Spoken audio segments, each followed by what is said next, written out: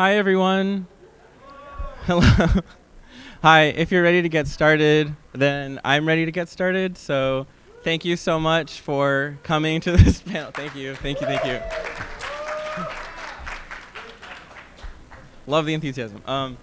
So thank you so much for coming to this panel about Bayonetta, a game that I think is often very underrepresented out there amongst all the amazing games that are clearly very well represented, and especially here at MAGFest.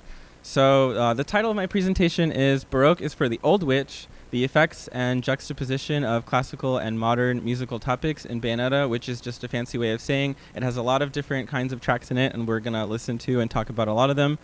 My name is Michael Klinberg. I am from Louisville, Kentucky. I also have 2 music degrees from Indiana University Jacobs School of Music. And I do a lot of things in video game music and play and work with the Videri String Quartet, who is here supporting me, so I appreciate it. Thank you.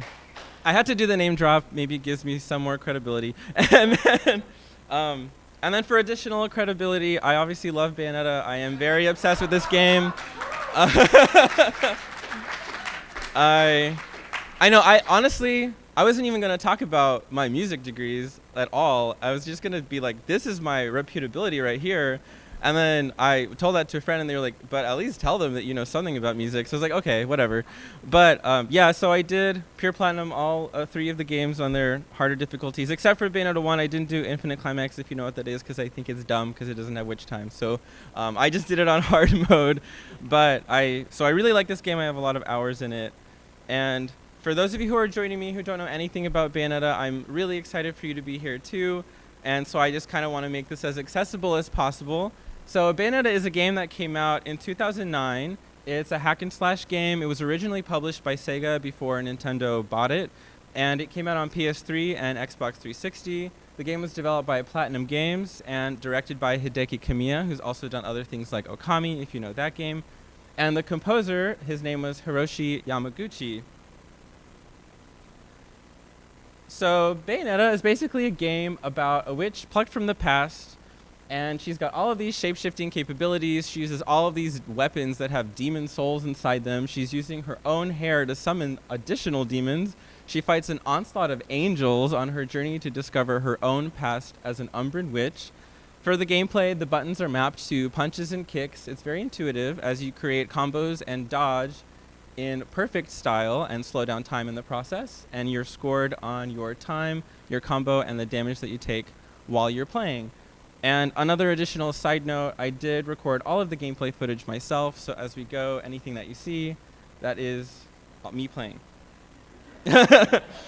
Also, before we completely move forward with talking about the music and the style behind this game, I wanted to show a clip about the core aesthetic of Bayonetta, all the campy, the maximized material, the dance battles, the comical ways that she kills her enemies. Because for those of us who haven't seen how Bayonetta works, I thought it was pretty imperative to see kind of how this game plays out before I start talking about why it's so important that the music is the way it is. So just enjoy a few cutscenes of Bayonetta being herself.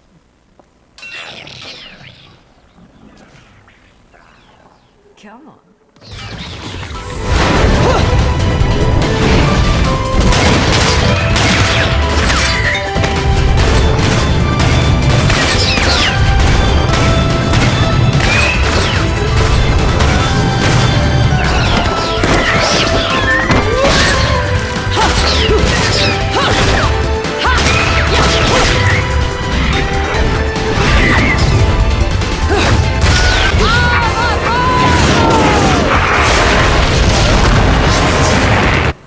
We'll make sure that clip is actually playing there.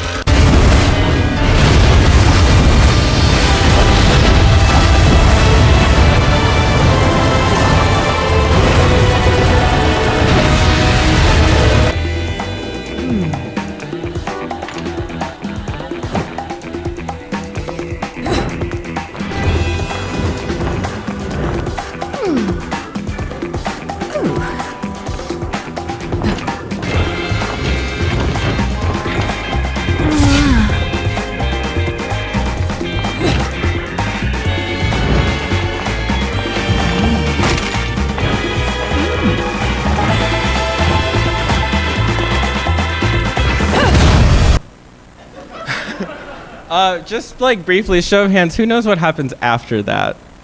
Have you guys played the game?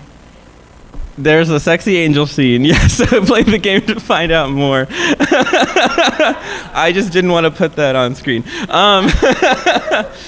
So kind of the overview of this presentation. First, I want to dive more into the foundational aesthetic behind the game, which I've codified to be kind of related to camp as a concept, and what all of that encompasses, the kind of aesthetic confluences that fit into that framework. And then I'll use that similar framework to discuss the musical aesthetics that are being used in the game. Also, just a brief note about why I chose to make this presentation. I mentioned earlier, I'm of course very passionate about this game, but I feel like there's a lot of preconceptions and a lot of quick judgments that are made about both Bayonetta as a character and about this game in general. So I just wanted to do a deeper dive into why I thought it was really compelling, especially from a musical perspective. So first, I just want to credit both Susan Sontag from 1964, who was the first person to codify what camp was, and also a YouTube video called The Style of Bayonetta by that YouTube channel. It's definitely a really great video that connects Bayonetta to the concept of camp, and I'm just going to do a brief overview of that before I talk about the music. That's the original deep dive. But Susan Sontag in Notes on Camp aims to codify the rules or attributes of the camp aesthetic. One such claim is written there, that the essence of camp is its love of the unnatural, of artifice and exaggeration. And this certainly applies to Bayonetta in regards to the absurdity of the character design and the over-exaggerated scenarios that she puts herself in, where she's beating up angels and she's doing it on like broken buildings and like flooding volcanoes and everything. Additionally, Sontag quotes, "Camp is a vision of the world in terms of style, but a particular kind of style. It's the love of the exaggerated, the off, of things being what they are not." And similarly, Bayonetta as a character reflects the quality of exaggerated depictions of human behaviors, being adamantly dominant, constantly in touch with her body language, and reflecting the absurdity of the world by being equally unrealistically coded.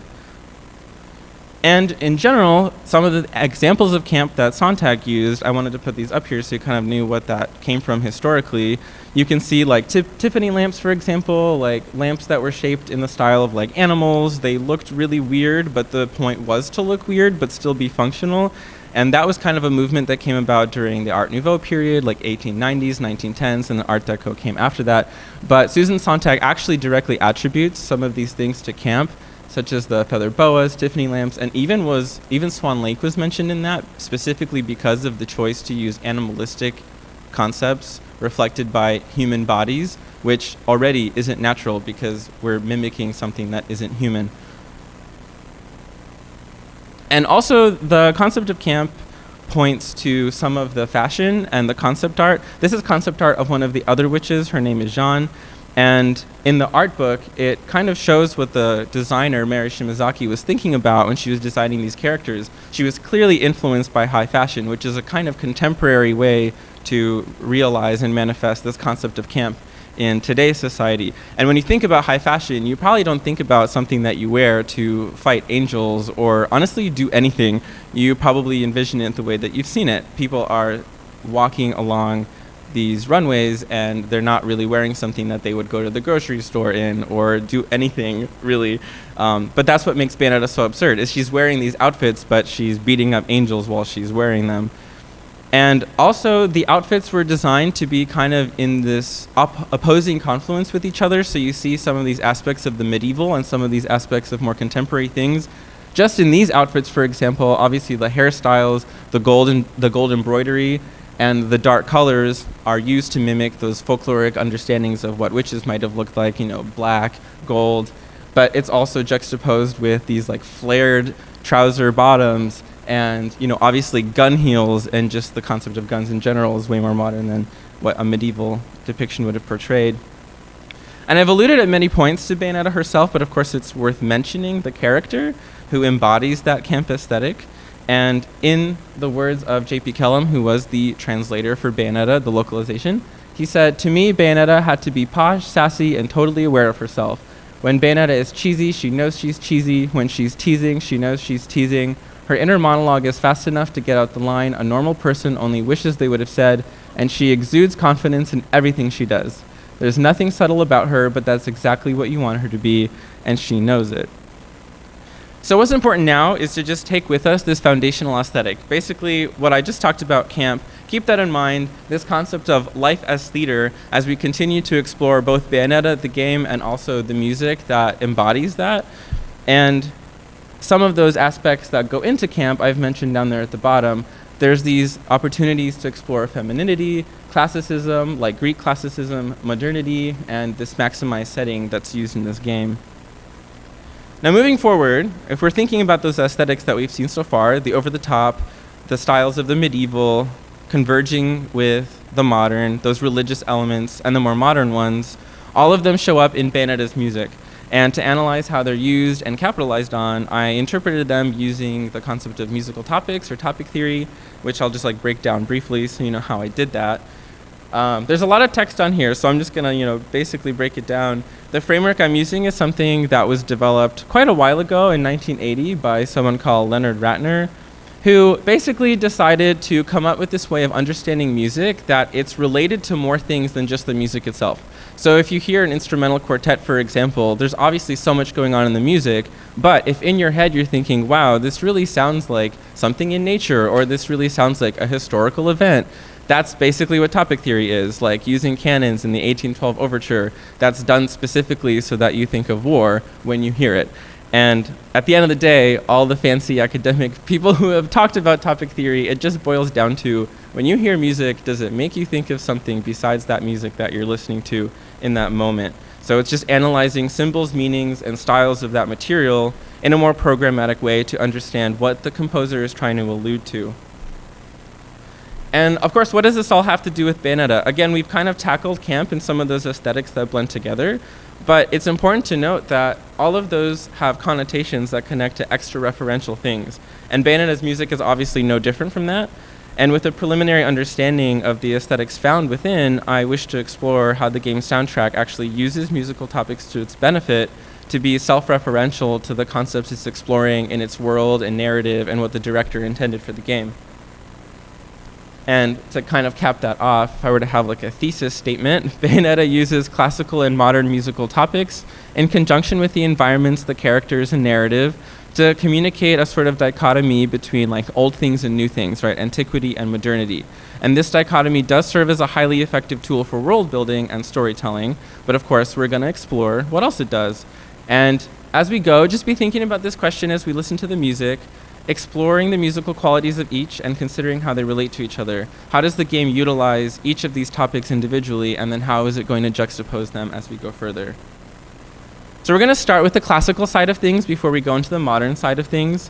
And when I talk about classical, I'm kind of referring to, classical music, but also classical in reference to Greek classicism and classical in terms of antiquity, things that you can imagine when you think of classical art, as well as religion. So Bayonetta uses the aesthetic of Christianity a lot. If you've played the game, obviously you have seen that, and the angelic motifs are ever present in it.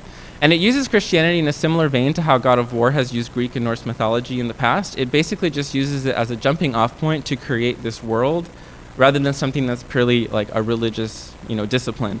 So the enemies are angels. Paradiso and Inferno are another way of describing this game's heaven and hell.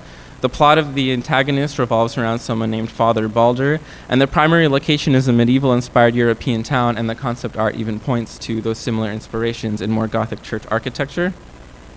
Here's just an example, a visual of all the different kinds of enemies, bosses, and just your basic grunt enemies. There's halos, there's feathers, there's all of this gold and silver accent that you would see in Greek sculpture. They have cherub-like faces, which also reflects that. So they were obviously made in that mold to be referential to classicism. And put into more detail here, they're also reminiscent of some of the original descriptions of angels as described in some biblical writing. So there's enemies that resemble wheels within wheels with tons of eyes all over them. And in fact, as you continue to fight the enemies and their outer armor breaks down, their inner skin actually has a bunch of eyes covering them, so it even looks further like what we've understood as actual angel design. And the world of Paradiso that you do get to visit is covered in angel wings and bathed in golden light. Like I mentioned, Father Balder is the antagonist, and he also resembles this priest-like figure. And the coolest thing to me about this connection is that the translator actually wanted to use this thing called the Enochian language when creating a language for the angels to speak.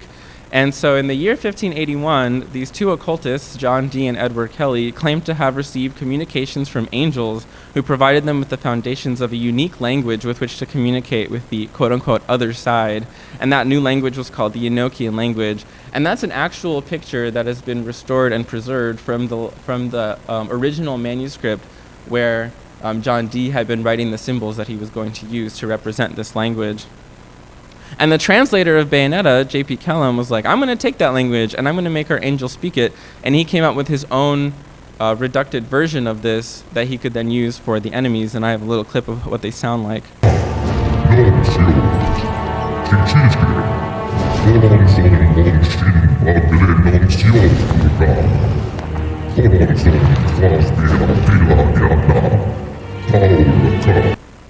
If you've seen the anime, they weirdly speak English in that, and it's so weird. So I like it much better when they're speaking gibberish. So now we can really dive into the music, and these are just some questions to kind of guide our listening, because we're gonna be listening soon. But we want to think about, how does the classical topic actually musically relate to these aesthetics of Christianity, which basically means, what do you think of when you're going to hear the music that I'm going to play in a little bit? And then the second question, how is the music compositionally depicting the classical topic? And what that means is, can we pick out some actual aspects of the composition itself that are translating that for us, so that when we hear it, we can say, oh, it's because of this progression, it's because of this instrumentation, that's what's making us think of that thing. How is the music converging with the actual visuals and the events in the game? And then how are we ultimately going to define what that means as we go? In general, for some background with classical music, it's obviously been expressively sacred in its long historical past, and I'm sure that's no surprise. It's even been stated that few products of artistic activity have had more influence upon the course of Western civilization than the liturgical music. And additionally, we've seen that secular music only started to become more popular kind of into the 18th century as instrumental music started to become more popular. But it was very much associated with Mass, especially with chant, with liturgical texts. And moving into the 18th century, moving on with like Beethoven and other composers such as he, that's when we started moving away from this religious convergence with classical music.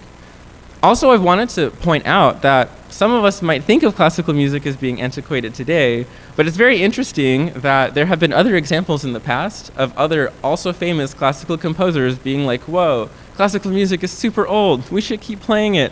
Like in the 19th century, Mendelssohn, how many of you guys know who Felix Mendelssohn is? Okay, that's great. So even Mendelssohn in the 19th century was like, guys, nobody's playing Bach, everybody hates Bach, but I love Bach.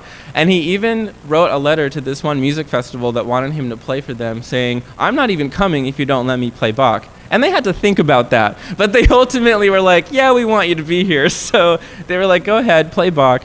But it's crazy that even in the 19th century, there was this sect and community of musicians that was wanting to revive this older style of classical music.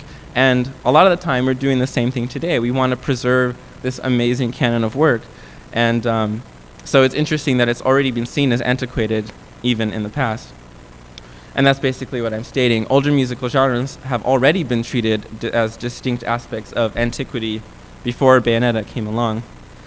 And also just be thinking of things that might evoke historic performance or composition in your head. Maybe some of those things involve these specific qualities that I've put on this slide here. And I'm going to be using those particularly in my analysis of Bayonetta's music.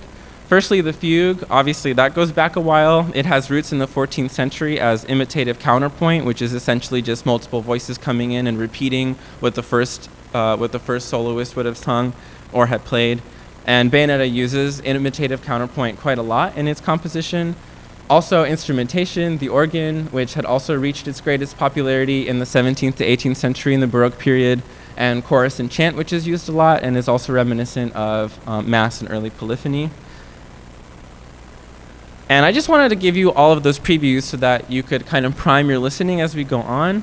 And how I've defined the classical topic is it's just referring to musical writing, which is utilizing structures and elements that are idiomatic to classical music, particularly styles of the Baroque period and prior, like I mentioned. Like if you hear organ, if you hear chant, if you hear imitative counterpoint, things like that.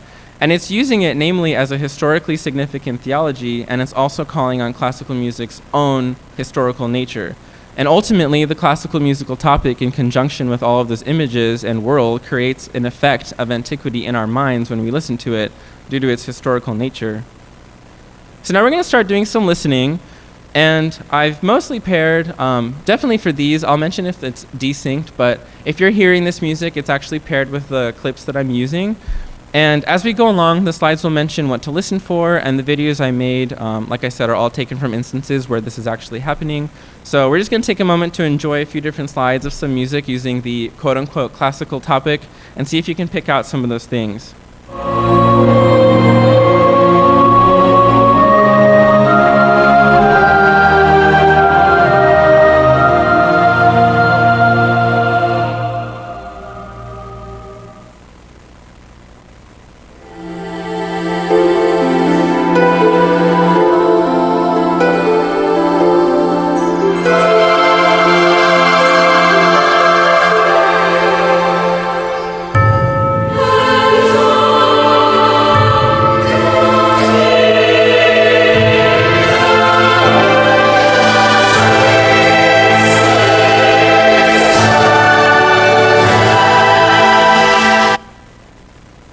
This track is played during the first major boss fight, and each boss angel has their own theme, which also calls upon these similar topic ideas.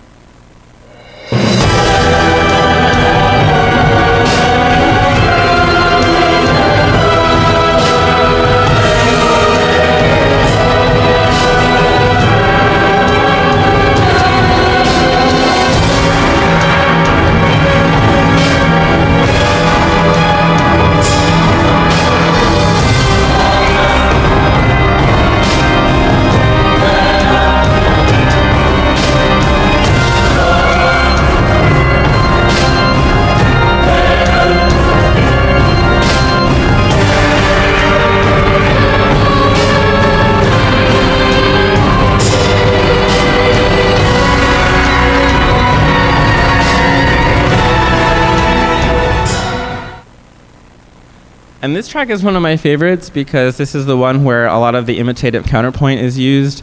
And obviously, if you played more of the game, it happens in other places too. But I didn't want to spoil a lot of late game stuff, so I didn't include some of the other imitative counterpoint near the end. But this track is background music in one of the game's playable environments called Paradiso. So this is where Bayonetta actually finds herself in quote-unquote heaven. And they're using imitative counterpoint in this track to illustrate this section of the game. I'm starting with a different part of it, and then as it goes, I'll point out when the imitative counterpoint starts, like when the first voice is played.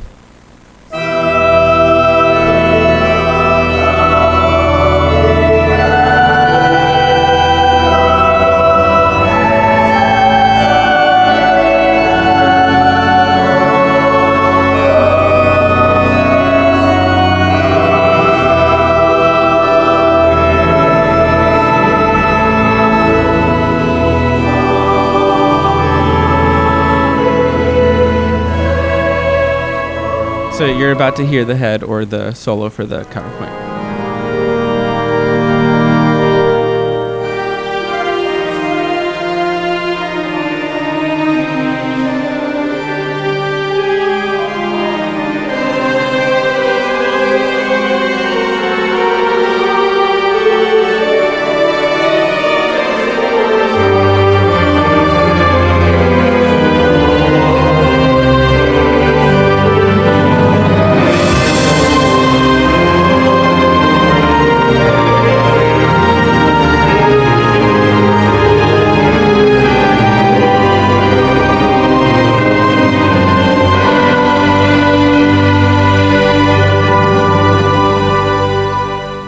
So that basically consisted of that quarter eighth note motive, the bum bum bum bum da da da bum bum, and then that was repeated in the other voices.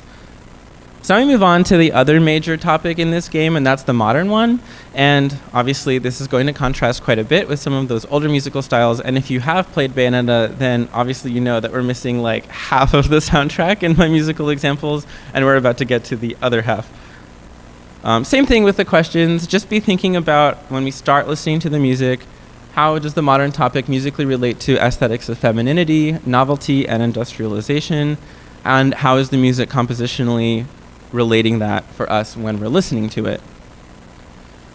And before we go on, if it works, if the Wi-Fi will work, I wanted to start by showing a little bit of the behind-the-scenes documentary with Hideki Kamiya and the sound team actually talking about how they conceptualized the music for this game. So let's see. Fingers crossed. And if not, I'll just explain it.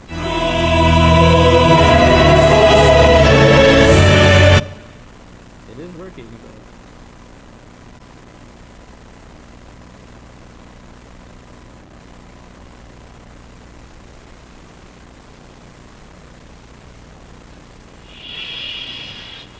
まあこの手のアクションゲームってこ There we go. うもっとハードな曲が単純にはまるっていうふうに思うと思うんですよね。ただ僕は今回そういう演出をしたくなくて目をつぶってるだけでもこれイケてる女がこう戦ってるんだなってことを想像できるような曲が欲しいと思ったんでこうサウンドスタッフとこう相談して最初本当サウンドスタッフが非常に頭抱えてましたね女性らしさっていうところからやっぱり入らないとダメでそうですねエレキギターをやっぱ使うことによって、パワーっていうのは簡単に得られるなとは思ったんですけれどもやっぱそれがちょっと女性らしさっていうところに欠けてしまうし強烈な個性を出すことができないなと思ったんで基本的にギター禁止っていうようなルールを作って、やりました。エレガントというか本当に華麗なことをこう音楽で表したらどうやっていうのをやりたかったっていうのがまず大事にあってで、一番最初そのスパニッシュなんかどうかっていうアイデアを亀さんからいただいて、僕は個人的にジャジーな音楽が結構好きだったりしたんで、そのスパニッシュにジャジーをプラスしたような、曲を試しに作ってみたところ、亀さんが結構気に入ってくださって、聞いた時にこれイケてるなと単純にベヨっぽいっていう表現になるんですけど、じゃあちょっとやっぱジャジーな。Also, in general, I know that might have been really hard to see in the back, so just as a summary, basically the director Hideki Kamiya was saying that he wanted the music to manifest into the player's mind that there's a hot chick fighting on the screen, and the composers were like, I don't know what that means, let's just not use guitar, I guess, that's so masculine. So then that's how they approached the composition, and the composer ended up stating that he chose to use Spanish music and jazz as the major influence for how he was going to approach writing the music that would accompany Bayonetta. And then the director further really enjoyed that and called it quote-unquote so Bayo. And I just also wanted to add that because the composer actually mentioned the word feminine music, and they further went on to talk about quote-unquote beautiful music and what beautiful instruments were, like the flute and violin and piano, and those were used in conjunction with female vocals to kind of create that basis for the sound that would be so Bayo. And like I said, as Yamaguchi states, Bayonetta as a witch living in the present day is more of an uninhibited, modern conception of a woman. As music is one way to express these characteristics, I'm focusing on making music that makes you feel this modern femininity. And also just to further distinguish the time period differentiation between the styles, the music that is so Bayo is inspired by jazz and popular techniques that stem, of course, from those musical genres. Jazz originated around the early 20th century, right around the same time that commercial radio broadcasting was starting to become a dominant medium through which people and the general public listened to music. And then pop music was similarly a mid-20th century genre, which achieved dominance mostly post-World War II and expanded as recorded music continued to proliferate. And these genres, idiomatic elements I just list down there, the things that we're going to listen to as opposed to like the organ or imitative counterpoint are going to revolve more around like jazz improvisation, upbeat tempi, instrumentation that's now going to include female vocals, piano, saxophone, double bass, violin, flute, and all of these beautiful instruments. Not to say organ's not beautiful, I'm just saying what he's saying. And then in the documentary, Kamiya also mentioned that he literally wanted to become a game designer because he was so enthralled by these 1980s arcade Sega games like Space Harrier and Splash Wave, and that was what spurred him to want to go into a profession of making video games. And because of that, he actually got the rights to use some of Sega's music because this game was being made by Sega, and the sound team was able to make some really cool arrangements of tracks that were originally from these old arcade games that were using like an FM synthesis chip to play their music. So just like foregrounding these genres in their respective time periods paints a picture of a musical landscape that shows just how drastically different they are. If we start in the 9th and 11th centuries when Gregorian chant first brought us polyphony, and that's kind of where the classical topic was based, we go all the way from there to the other half of the soundtrack, where now we're basing it on early 20th century and now 21st century music.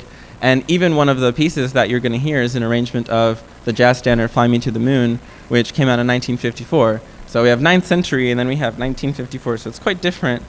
But basically the modern topic, the way that I'm referring to it, is it's going to be musical writing which utilizes those structures and elements that are idiomatic to contemporary styles, like jazz and pop and other video games, and therefore is going to bring to mind those aesthetics they talked about, like femininity and industrialization, and just how new all of these styles are. So now we're going to actually listen to some stuff. And as we listen to these tracks, we're going to do the same thing, just refer to the list for some things to listen for. We're going to start with the two battle themes, the two major battle themes that you hear throughout the game. There was one that was written just specifically for this game called Mysterious Destiny, and then the Fly Me to the Moon arrangement was also done for the battles as well. But obviously that's been taken from a pre-made jazz standard.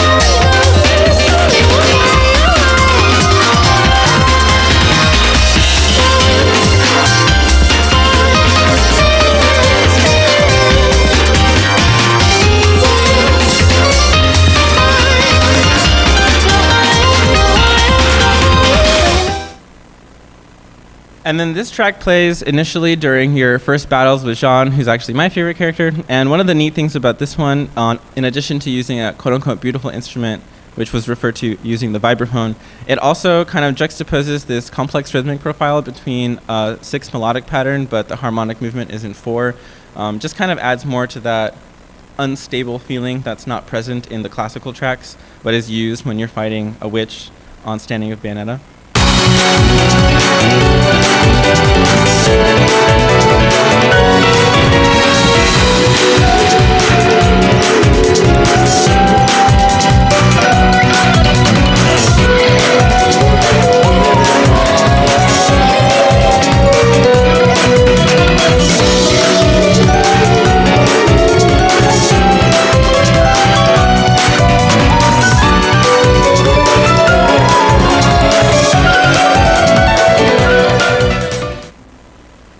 And then, of course, there's Space Harrier, which I mentioned earlier.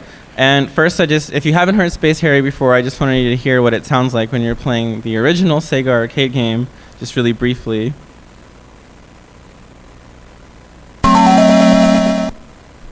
Welcome to the Fantasy Zone. Get ready.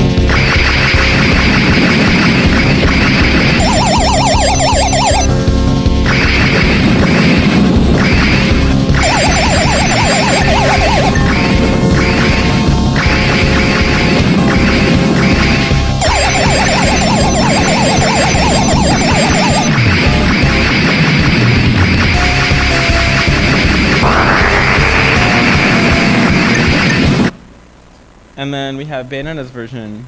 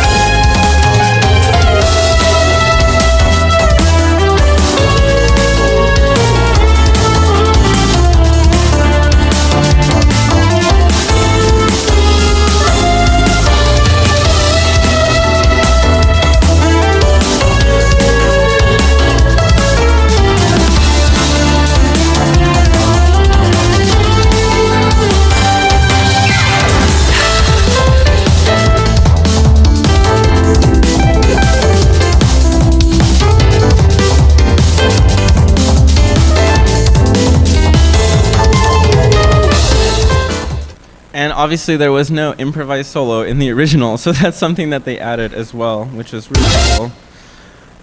So now that we've kind of heard what the modern topic sounds like, it's easier to see how these elements characterize Bayonetta. She's a witch who's forgotten the past 500 years, and she's woken up in modern times and is therefore more of a modern character. And also just thinking about some of her characteristics, she exudes confidence and fights in an incredibly improvisatory style, and that's also improvised by us, the player. And in that way, the musical influences surrounding her reflect so much more about her style than simply just one facet of her design. But when I was thinking about this, I thought, is there more to that design? And does the music actually coincide with something a little bit deeper? And I wanted to just briefly explore that because it's part of how that music is juxtaposed with her character. And I actually saw this quote once that I really liked from a review of Bayonetta 3, a much more controversial game, but the idea still stood. I'm going to read it here. Could something like that ever be empowering, critics wondered? Was this not the ultimate expression of straight male desire and the sexual objectification of women? I countered that Bayonetta had also fulfilled a fantasy for those players who craved the chance to inhabit an unapologetically feminine protagonist. The further decision to make Bayonetta a dominatrix added a new layer to this fetishization in play. Sure, this witch was somebody's fantasy, but she was not exactly a normative one. So I want to explore kind of what that is really briefly. So although it's been kind of somewhat of a culturally embedded phenomenon, if you guys are aware of it, in 2016 there was a video called Body Language and the Male Gaze that applied the concept of the male gaze in media to video games. It's a concept that was originally taken from Laura Mulvey's 1975 critique of media, especially film. And Anita's argument is that the female video game characters are depicted walking like models in high heels and specific revealing clothing that's meant to be sexualized and looked at, that they're meant to be observed and not to act, and that those depictions only serve to damage perceptions of women and reinforce stereotypes. Now, whether that's true or not, and I obviously don't argue that those kinds of things don't exist, I wanted to explore more about Bayonetta and this modern depiction of her character both through the music and the game, and see if there's not a little bit more to it. So this track will just show a little bit more about the quote-unquote torture attacks that you do, just the ways that Bayonetta kind of punishes, abuses, and kills all of the enemies that she fights. But Bayonetta has actually unfortunately been caught up in that same discussion. So Anita Sarkeesian actually used Bayonetta as one of the characters to say that this is the perfect epitome of the male gaze. So of course there are merits and truths behind the argument that objectification in media exists, and I obviously see Bayonetta as a character. There's so much to discuss there. Of course the criticism is valid, but I would want to disagree with the point-blank reductive argument that itself subjects Bayonetta and other female characters to a purely sexualized and pervasively male stereotypical view.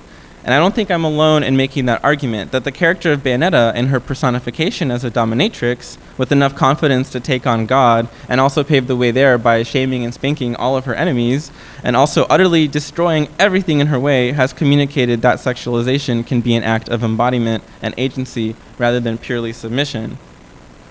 Additionally, to further that narrative, in the game, Bayonetta uses her own sexuality for her enjoyment. She's using her hair to summon demons. Many of her attacks are dance moves. She blows kisses to destroy the barriers that the enemies put up to stop her. Her taunts and flourishes and gestures enrage enemies into fighting even more furiously, but she just lets them know just how untouchable she is. That is, if you play really well.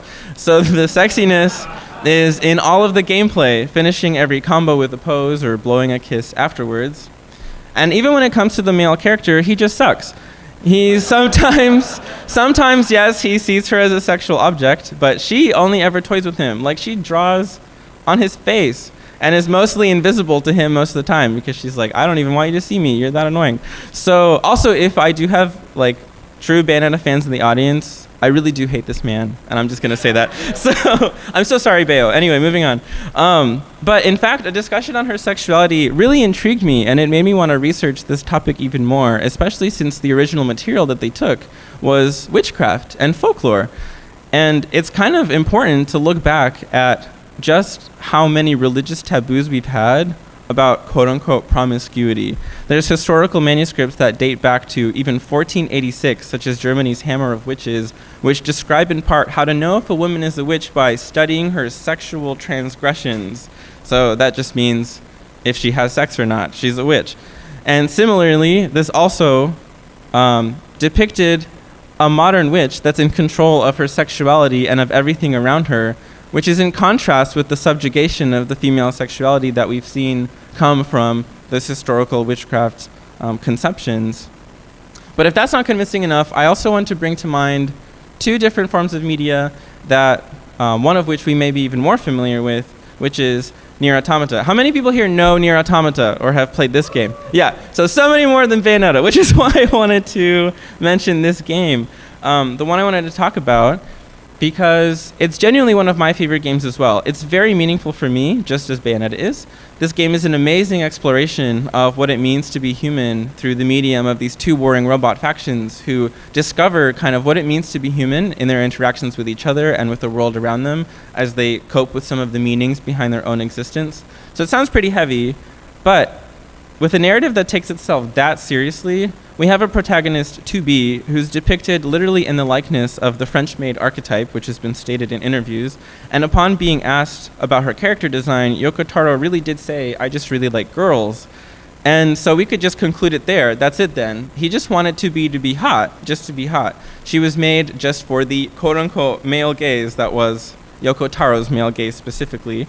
Well, no, he may express that outright, but within the game, we see 2B connect with the characters around her in incredibly meaningful ways, as the game depicts sexuality as something not necessarily to be afraid of.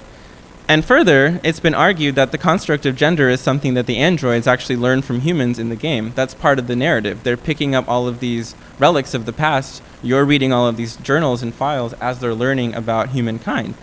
And in Nier, 2B sexuality is portrayed as a function of the creation of that meaning within the characters, and it's something that makes her more human. So it's something to keep in mind about this kind of contrast between Yoko Taro being like, I just want 2B to be super hot, but then also thinking there could be a really cool story here nevertheless, right? And I also wanted to take the opportunity to talk about a film that maybe not anyone has seen, but I really like old movies. And Luis Buñuel is a really famous Spanish filmmaker who made this movie called Belle de Jour, which actually won a lot of really famous awards back in its time.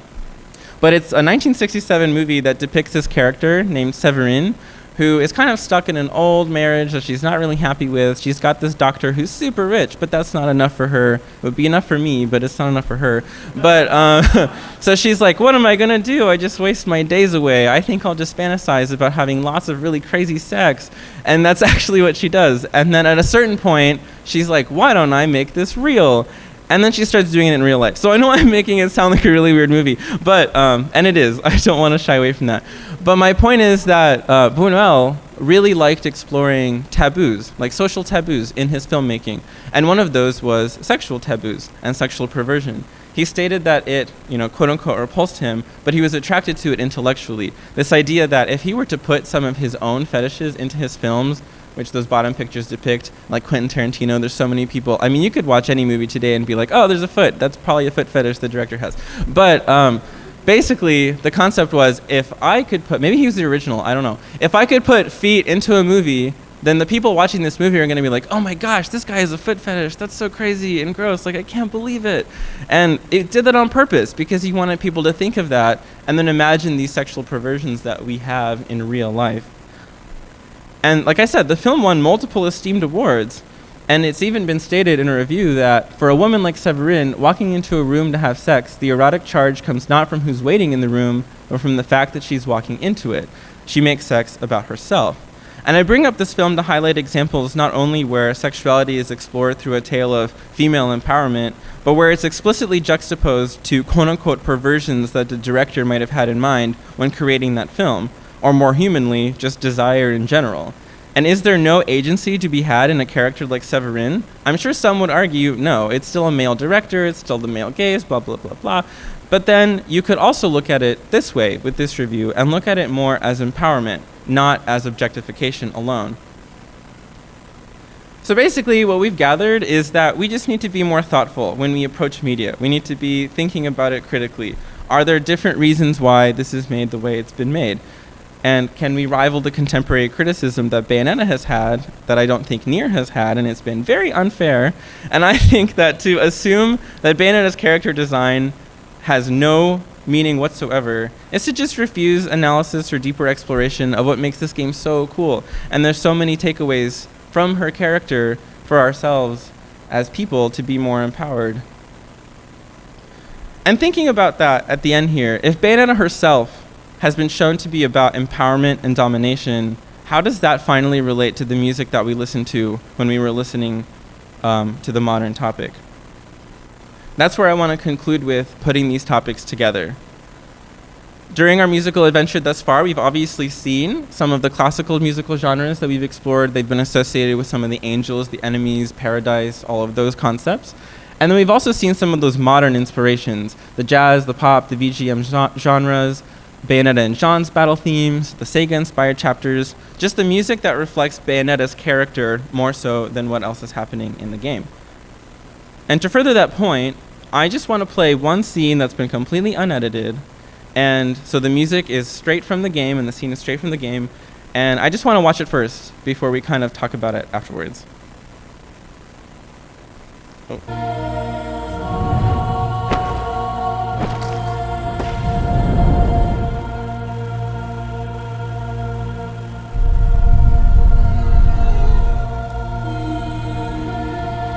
He kind of sucks too.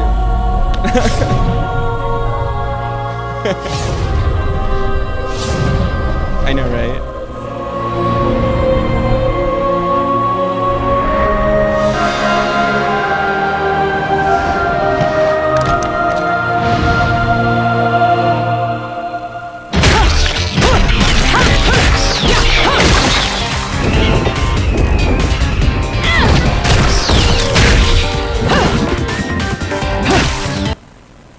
Okay, so clearly it was quite a contrast.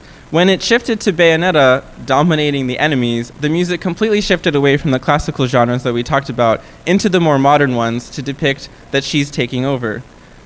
So moments such as these are plenty within the game. All of these points where Bayonetta just like takes over the music and changes it to be all about herself. And when we really think about the music, we have to look at it as, are they equal or are they maybe not? And I would say no, one is definitely dominating the other. Bayonetta is honestly just beating the shit out of everything that the classical musical topic stands for. So it kind of stands to reason that the elements of the Christian theology in this game are being defeated and succeeded by this modern witch with her jazz and pop styles. They're so evil, jazz is evil, basically. And consequently, Bayonetta's soundtrack is not just a showcase of these aesthetics, but it's also an exploration of what this composer was thinking when he thought about the musical values that we hold when we listen to this music or when we play this game, and what we're going to think of as we enjoy it. So in the end, Bayonetta's soundtrack does create a dichotomy, like I mentioned, but I think the takeaway here is that it's not just a difference, it's not just a juxtaposition, but it's in fact a hierarchy. He's placing this dominant music over the antiquated one and reinforcing this concept that maybe classical music and the concepts it stands for is something that's meant to be succeeded by these newer styles. So I kind of wanted to conclude more with, theoretical questions to think about. And I kind of wanted to ask all of you whether you agreed with this perception that I had about this soundtrack. Has classical music been succeeded in Bayonetta? Is that what it's saying? And if you guys are enjoyers or not of classical music, do you also think that it's old-fashioned? I mean, you know where I stand, so don't hurt my feelings. And if so, do you think it warrants being saved? And what does this mean for our interpretation of classical music socially and within media? Like, how do we approach classical music when we see it? Like, when we see it in a car commercial, what are we thinking of?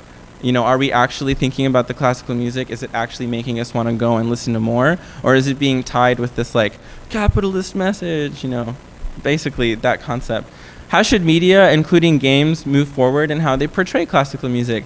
If you've ever played, like, Resident Evil and you remember that moment where you have to play the Moonlight Sonata just to open that stairway, that's basically what I'm talking about. Like, is that the only way that we can conceive using classical music in a video game, is just like coding it to be mysterious? Or can we be a little bit more creative? And was Bayonetta the answer to that? I don't know. That's why it's a question. And then what would it look like for classical music to be modernized if it wasn't here? Or should it even be, you know? Just so many questions. I'll come back to the slide. But mostly they're just thoughts to consider. And I was coming at this, obviously, as somebody who's made a career out of classical music. But whether you believe classical music has faced this crisis of social attention in recent years, and we're always talking about, like, oh no, the ticket sales. It's kind of, Bayonetta is still bringing that genre to the forefront because it obviously made me think about it. And we saw through that classical topic how hopefully some of you thought about it. And video game music as a genre, of course, is a confluence of all sorts of like popular jazz and multicultural influences that also stem from Western music. And I think that the composer was definitely aware of that. So that's why I love this game so much. So thank you for joining me on this Bayonetta ride. And congrats for getting through it. There was a lot.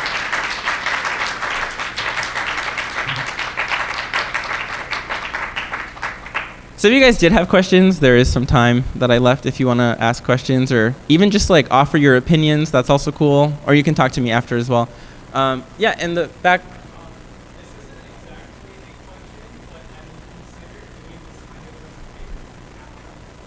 For where?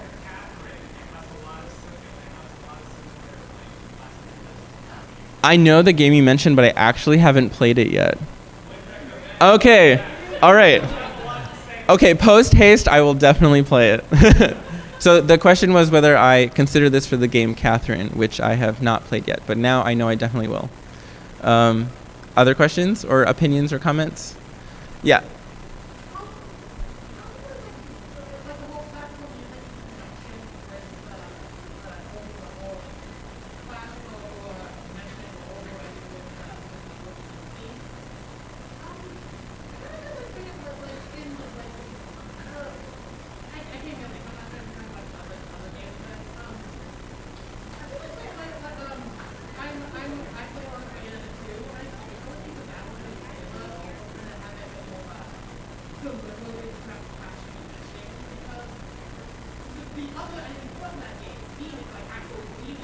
Mm-hmm.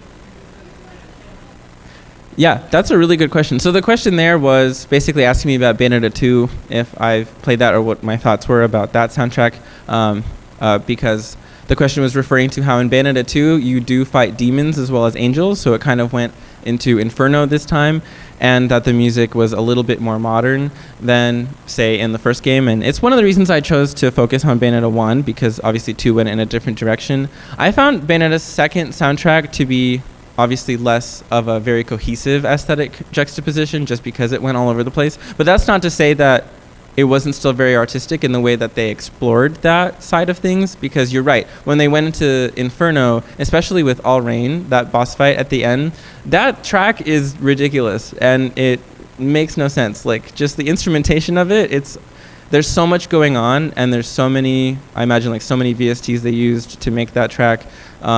That definitely kind of explores this other side of like almost like over orchestrating a track, because there's so much. It just feels really contemporary in that sense. But that's a great point. Yeah.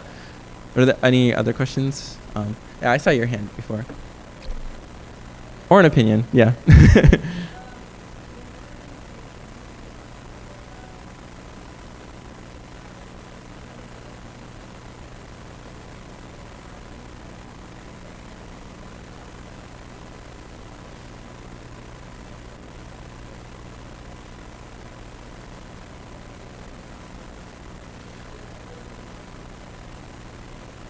That's a really cool observation. So the observation was in Sea of Stars, in that moment in Paradiso, it also reflected this concept of Bayonetta moving up, because obviously she's in Paradiso, so she's gone into heaven, and the track itself depicted that through the composition. So I really like that observation, and it makes a lot of sense, especially for the setting of it. So that's a really great point. And then I saw another question. Is there another question? Yeah. Oh, okay, cool. Awesome. I want more Bayonetta players. Everybody here who's here played Bayonetta. Yeah. Yeah.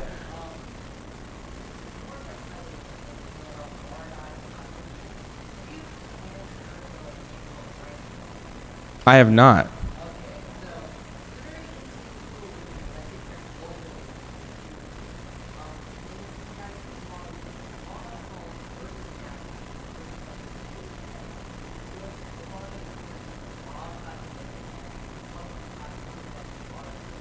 Okay, that's really cool. Can you say that again? Okay. I'm writing it down. And Catherine. I'll get that too. Thank you. And then there's one back there.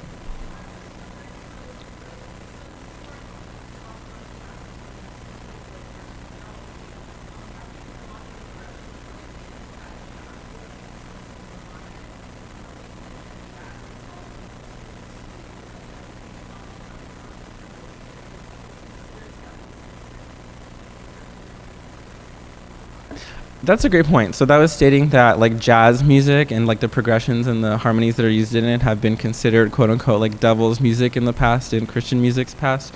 That is a great point, and that's what I love about this, is just kind of like opening it up, like all of these ideas about where the music has gone in Bayonetta. I didn't explore it in here, and certainly when I was putting this together, like it didn't even cross my mind, but obviously that is true. And in general, that's what's so cool about the soundtrack, is there's so many things like that you can notice about juxtaposing these two things together, because they're not often put together, that you have all of these like Christian concepts and this older music at the same time as you have jazz. And I could definitely see it that way, where they did that on purpose because of that, because it would be seen as, oh, this is the sinful music, and Bayonetta, of course, is a witch, and she's using demons from hell. Like, you know, she's summoning devils, basically, so it's going to be associated with jazz music. So that's also a really great point. But I haven't specifically explored that, but that is a really cool concept, yeah. Okay, I'm being told to wrap it up. So if you want to talk to me more about it, then I'll be here at MAGFest, and I'd love to talk more about Bayonetta. I do not get enough chances, but thank you so much for coming to my panel.